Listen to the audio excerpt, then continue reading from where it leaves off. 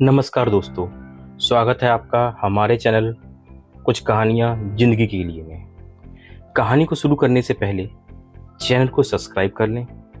कहानी पसंद आए उसे लाइक शेयर ज़रूर कर दें। आज की कहानी टिड्डा और वैज्ञानिक की है।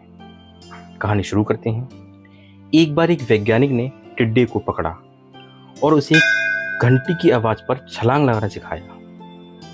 वैज्ञानिक जैसे ही घंटी बजाता, टिड्डा घंटी की आवाज़ सुनकर छलांग लगा देता। अब वह वैज्ञानिक तो था ही, उसका प्रयोग बनता था।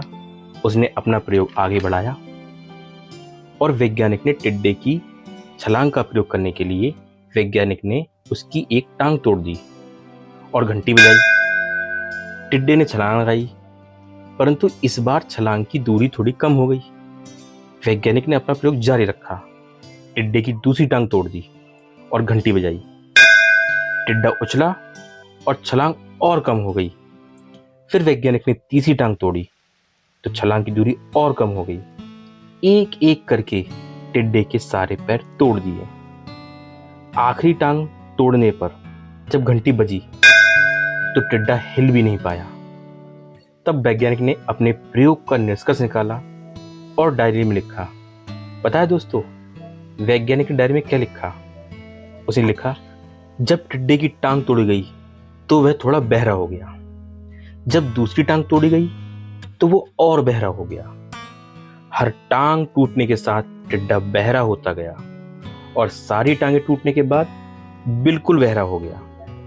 घंटी जोर जोर से बजाने पर भी उस पर कोई असर नहीं हुआ। वह अपनी जगह से हिल तक नहीं सका।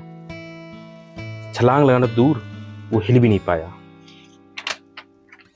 इस कहानी को सुनकर आप सभी ऐसा सोच रहे होंगे कि वैज्ञानिक बिल्कुल मूर्ख है, उसे सीधी सादी सी बात समझ में नहीं आ रही है।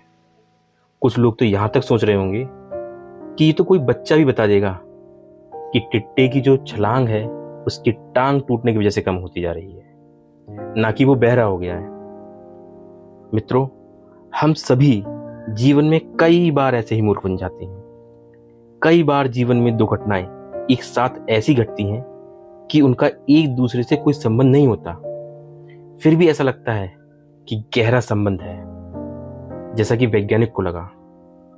कभी कभी दिखता कुछ और है लेकिन समझ कुछ और आता है और वास्तव में होता भी कुछ और है। जीवन में भी निर्णय इसी प्रकार सोच समझ कर करना चाहिए। कहानी पसंद आई हो तो लाइक शेयर जरूर कर दें और मोटिवेशनल कहानियां आपको मिलती रहें उसके लिए चैनल को सब्सक्राइब जरूर कर लें। आप खुश रहें, स्वस्थ